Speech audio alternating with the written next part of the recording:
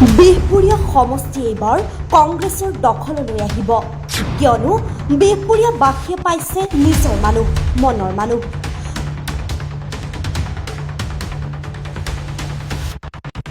নিস্বাৰ্থৱান সমাজকৰ্মীজনক প্ৰাৰ্থী হিচাপে পাই আনন্দিত সকলো বিহপুৰীয়াৰ মানুহক কেৱল ৰাম ভূঞাকহে লাগে বিহপুৰীয়াৰ উন্নয়ন লাগে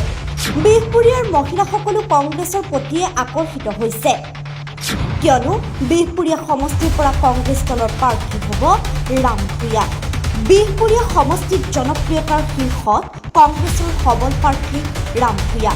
বিহপুৰীয়া সমষ্টিৰ নাৰায়ণপুৰত কংগ্ৰেছৰ বিশাল নিৰ্বাচনী প্ৰচাৰ বিহপুৰীয়াৰ প্ৰত্যেক মানুহে যেন এতিয়া কংগ্ৰেছৰ প্ৰতি আকৰ্ষিত হৈছে বিশেষকৈ সমাজকৰ্মী ৰাম ভূঞাক পাই আনন্দিত হৈ পৰিছে সকলো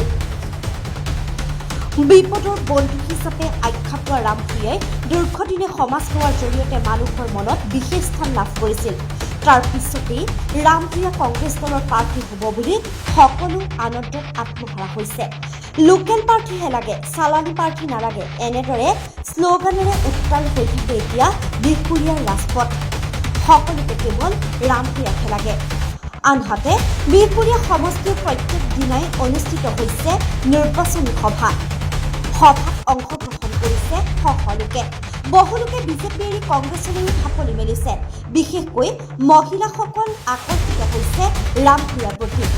মহিলাসকলক আশ্ৰমীয়ে নালাগে কিন্তু ৰাম ভূঞাক লাগে কিয়নো সকলোৱে বিশ্বাস কৰে যে ৰাম ভূঞাৰ হাতলৈ বিহপুৰীয়া সমষ্টি গ'লে বিহপুৰীয়াৰ উন্নয়ন নিশ্চিত news desk U A news